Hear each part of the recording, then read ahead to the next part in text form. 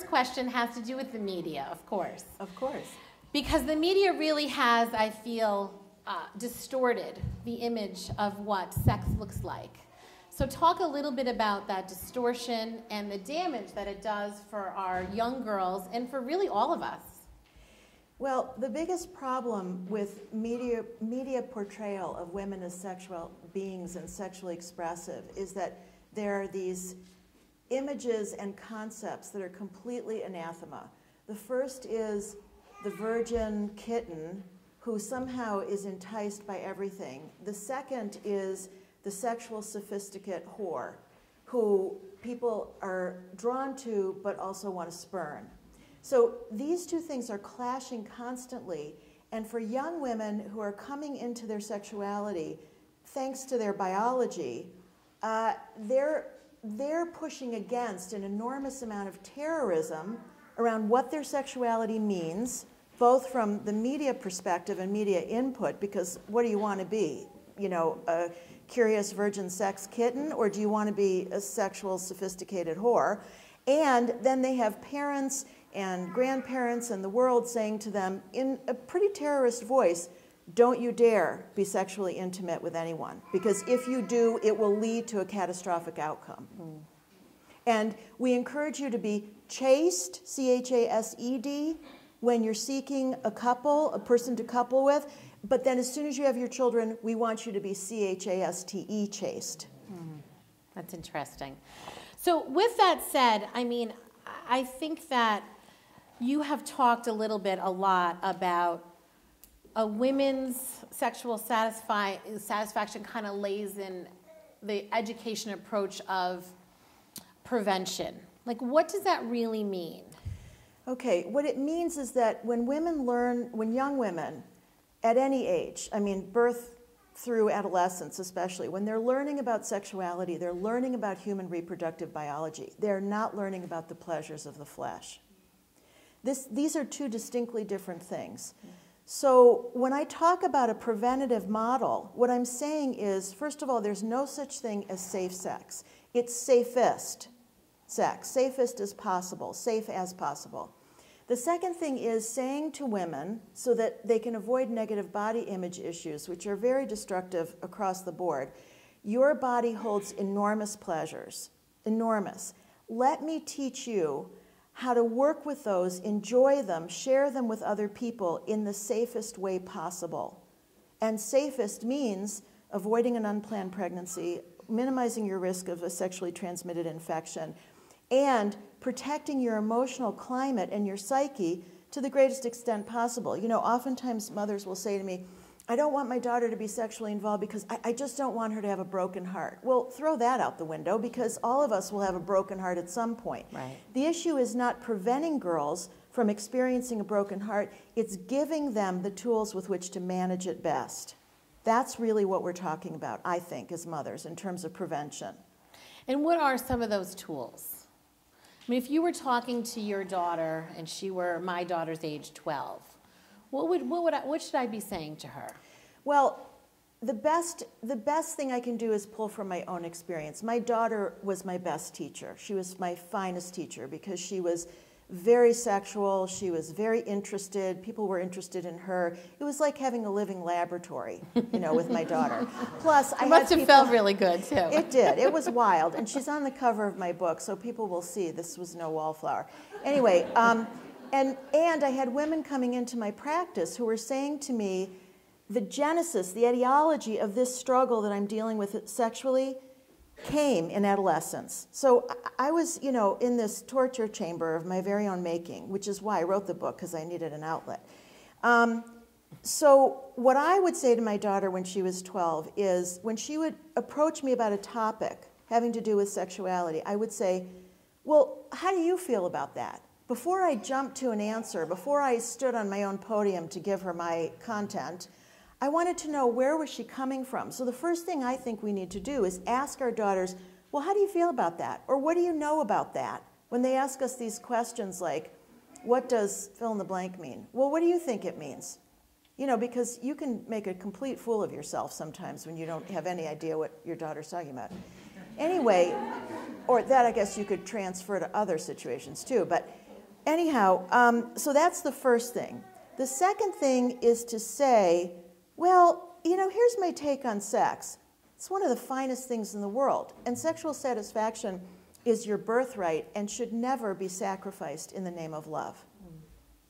This is my personal feeling. Right. You know, and with my own daughter, when she was about 18, she had coupled with someone who was a bit older, and he was crazy about her. He adored her, and yet, at one point in this massive storm of frustration, she said to me, "I do love him, but I have my appetites," which was her code word for saying he's a sexually flat line.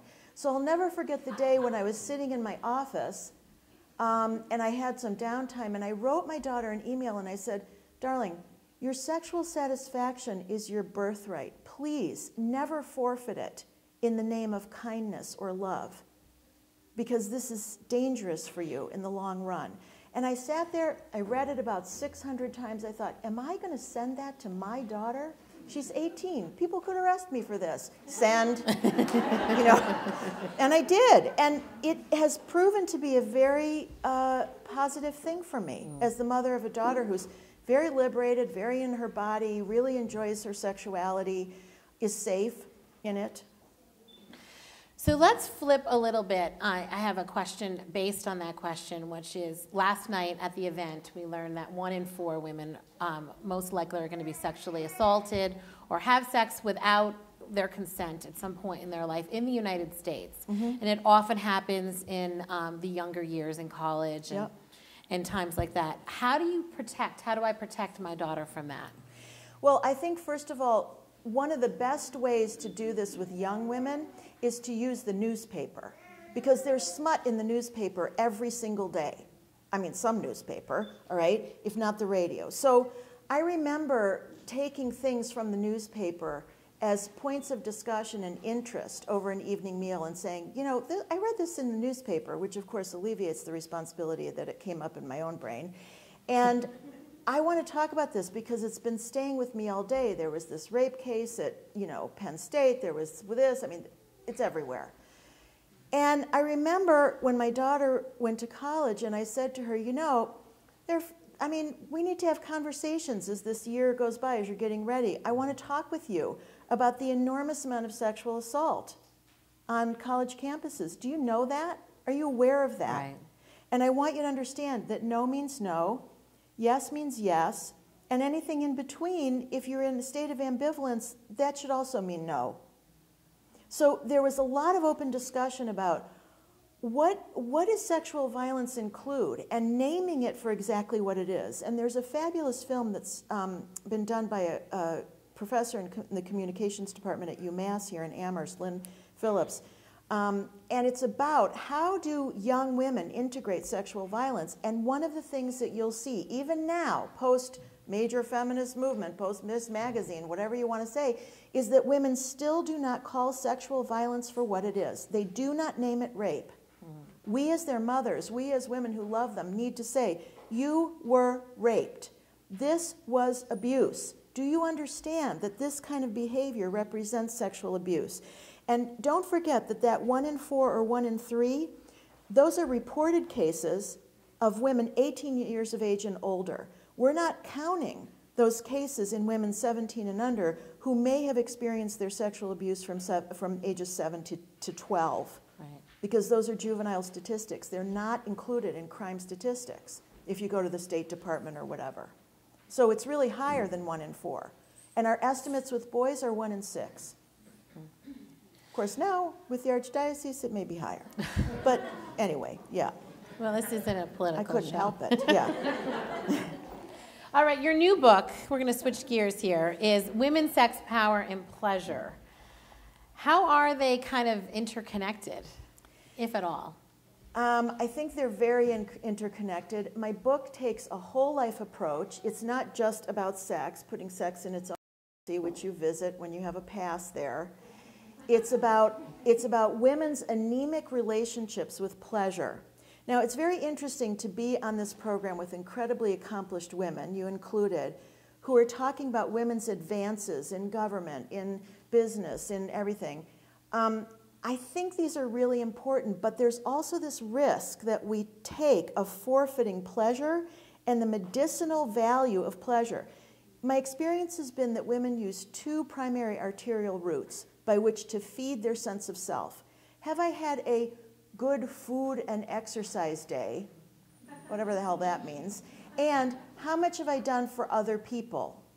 And if both of these things have lots of feeding coming into the tube, then people feel like, okay, all right, I deserve an indulgence. I deserve a reward.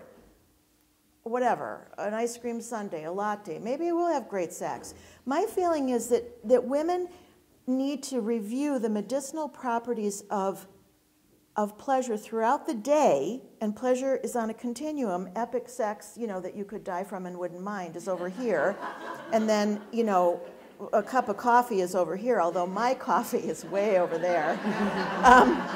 And that we need to use these feedings in order to have more of what we want and actually accomplish more of what we want in the world. So this book is actually, in a way, I say it's a sequel for the people that didn't get a hold of my first book or had mothers that were incredibly restrictive about sexuality. It has a reparative feature to it. And that pleasure, when we feed markers of emotional well-being through pleasurable practices, be it taking a long walk, riding a bike, eating something we like as opposed to forcing salad down our throat, I don't know, that we end up being more powerful people, and therefore we have a kind of access to our sexual energy that we don't get without it. So we have time for one more question, which Okay. is sexual renovation work. Yes. When is it too late? It's never too late. It's never too late. There's no statute of limitation on the fusion, the alchemic response of the fusion of skin and soul. There's never, ever a too late moment. Because despite our youth-based culture that says, oh, you're having sex and you're over 50, yuck. The fact is that your greatest sexual organ is your skin. It's not your brain, it's not your genitals, it's your skin. And so renovation can take place at any moment. And the person who taught me the most about that was a woman who came to see me very early in my career as a sexuality counselor, who was in her late 70s. And she sat down. She still had blue hair like it was way back then. And I said, how can I help you? And she said, well, I think there's something wrong with me because I've fallen in love. And I said, okay. She said, my husband died. And I said, oh, I'm so sorry. No, it was very good news. I always hated him. He was mean. He was a really mean man, and I never liked him, and I never loved him. And I've fallen in love with an older man. And I thought, well, what is he, like 110? And actually, he was 90, so he really was an older man. And I said, well, how's it going? And she said, we cannot take our hands off each other. Is this normal? And I sat back and I smiled and I said, yeah, because it's the first time you've been in love. And she said, is that what this is? I said, it is. All tidied up. And then it was a fabulous moment for me and for her. She sought explanation, absolution. I was happy to grant it. I recognized it immediately for what it was. And it was the most liberating thing for her and for me, actually. It was great. It was a wonderful moment for me. So it's never too late. It's never too late, ever. Thank you very much, Evelyn. You're so very Evelyn's welcome. going to be around.